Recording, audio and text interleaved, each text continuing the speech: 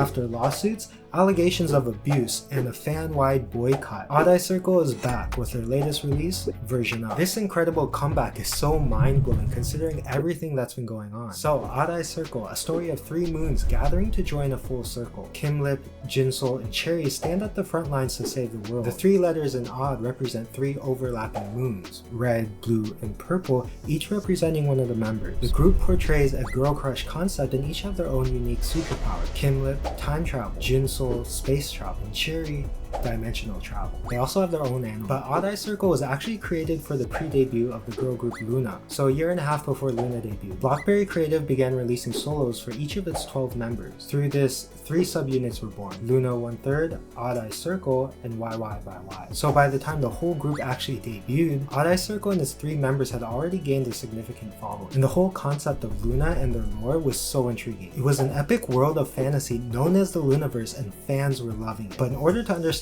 Odd Eye Circle today, we need to take a look at the brief rise and unfortunate downfall of Loona. After their amazing pre-debut build-up, Loona went on to achieve mainstream success. But when the group went on a world tour in 2022, fans started to notice some glaring issues. One of the members, Chuu, announced she would not be joining the tour. Then it was announced Choerry would be absent from the European leg of the tour. And later, HaSeul and Yves would also be missing from the European stage, while other Loona members were just too unwell to attend meet and greets. It became extremely apparent that the group was just completely overworked. And in Mexico, YeoJin collapsed on stage. Then in November of 2022, BlockBerry would remove Chuu from the group for being abusive towards the staff, which was kind of weird because Chuu has this cute, bubbly personality and it just didn't make any sense. So when other members started voicing their support for Chuu, the truth started to come out. Chuu would speak up highlighting the agency's abuse, like not letting the girls outside for more than 20 minutes during workdays, or withholding payments. Chuu eventually filed a lawsuit against BlockBerry Creative, and was later joined by 9 other members with their own legal action. Details about Chuu's contract would surface, indicating BlockBerry was taking 70% of her profits, while expenses were split 50-50. The system in which the finances were handled meant that each member was amassing debt, except for Chuu, who had more activities than the other members. So Chuu wasn't in debt, but at this point, every other member was about $154,000 in debt, despite earning $14.3 million.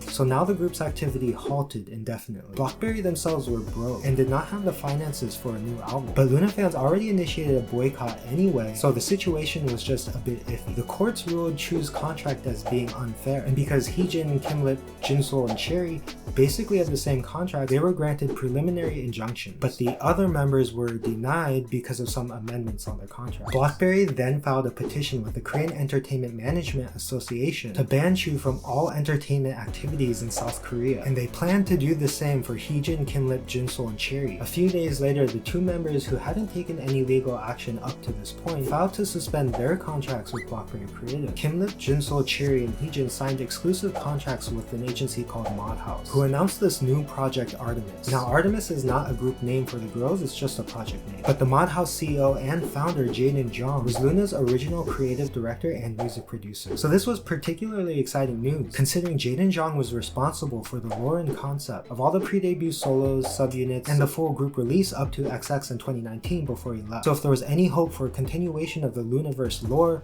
this would be the best chance. Months later, Hyunjin and Vivi were granted preliminary injunctions, so they were able to leave BlockBerry Creative, but they would sign with CTDENM. CTDENM CEO was Loona's artist and repertoire consultant. But we still have HaSeul, YeoJin, Yves, Hyeju, and GoWon trapped in this legal battle until last June. So in June of 2023, all 12 girls finally terminated their contracts after winning their lawsuit. The girls of Loona were finally free. YeoJin posted this on her Instagram, while Yves posted this. And BlockBerry announced they would take further legal action against the girls. HaSeul would sign with Modhaus. YeoJin, GoWon, and Hyeju would sign with CTDENM. Chuu and Yves are kinda doing their own thing, going solo. But during a showcase for Version Up, Kimlip stated that while they cannot use the name Loona anymore, the group has not disbanded, relieving the possibility of activities as the full group opens. So it seems everyone is kept in close contact with each other, which gives hope for future interactions amongst the group. But for now, we have Odd Eye Circle. Modhaus filed a trademark request for the name Odd Eye Circle in both Korean and English. And in their Air Force One video, we saw one appearance from Heejin. So their latest EP Version Up just released with their title track Air Force One, and Odd Eye Circle is gearing up for a tour across Europe. An unbelievable return for a group that wasn't even supposed to continue on after the pre-debut promotions of Loona. So in spite of everything that's happened, the fact that the girls are back makes such an exciting moment in today's world of K-pop. And if you watched the Air Force One video, I read a fun theory that this group of elites represents BlockBerry Creative, with the cake being the deformed mess of everything they're leaving behind. As the girls finally gain control of their own lives, they force the high and mighty to kneel before them. Oh, and due to brand name issues, Air Force One was ineligible for broadcast on Music Bank, so they renamed it to Air Girls One.